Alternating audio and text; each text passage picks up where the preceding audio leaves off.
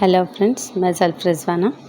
So psychology first unit ఇంతకుముందు practice bits 20 వరకు చూసుకున్నాం. ఇప్పుడు 21 నుంచి చూద్దాము. క్రింది వానిలో సరికానిది ఏంటది? జ్ఞానేంద్రియ చలన దశ, స్వీయ కేంద్రీకృతం, పూర్వ ప్రచాలక దశ, ఏకమితి, మూర్త దశ, వర్గీకరణ, అమూర్త దశ, వికాసం, పూర్తి.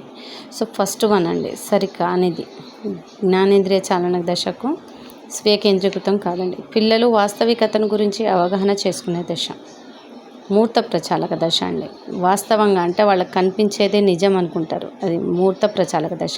ఒక వస్తువు ఆకారం మార్చిన, పరిస్థితిని మార్చిన దాని గుణాలు మారవు. దీన్ని ఏమంటారు?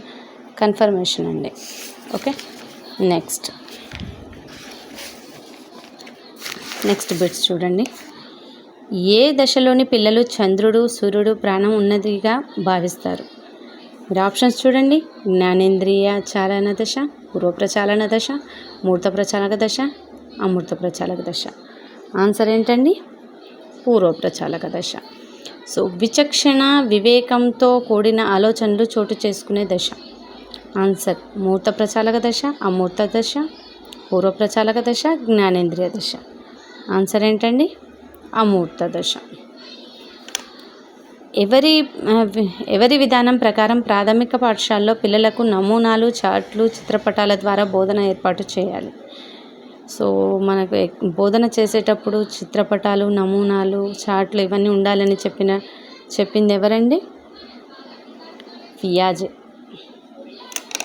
సో ఎవరి విద్యా లక్ష్యం ప్రకారం విద్యా లక్ష్యము పాత తరాల వరకు చేసినవే చేయడం గాక కొత్త వాటిని చేసే మనుష్యులను సృష్టించాలని చెప్పింది? ఆన్సర్ చెప్పండి. పియాజే. సో 28. దిశ, తీవ్రత అనేవి దీనికి చెందిన లక్షణాలు. అవసరాలక, ఆలోచనక, వైఖరిక, సహజ సామర్థ్యానిక? ఆన్సర్ వచ్చేసి వైఖరి అండి. నెక్స్ట్ వ్యక్తి సుముఖత, విముఖతలను సూచించేది ఏంటండి?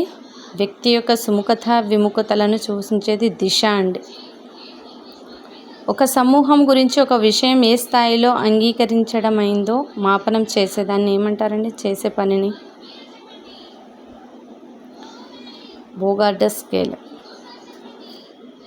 ఒకవేళ ఈ వీడియో నచ్చినట్లయితే లైక్ చేయండి.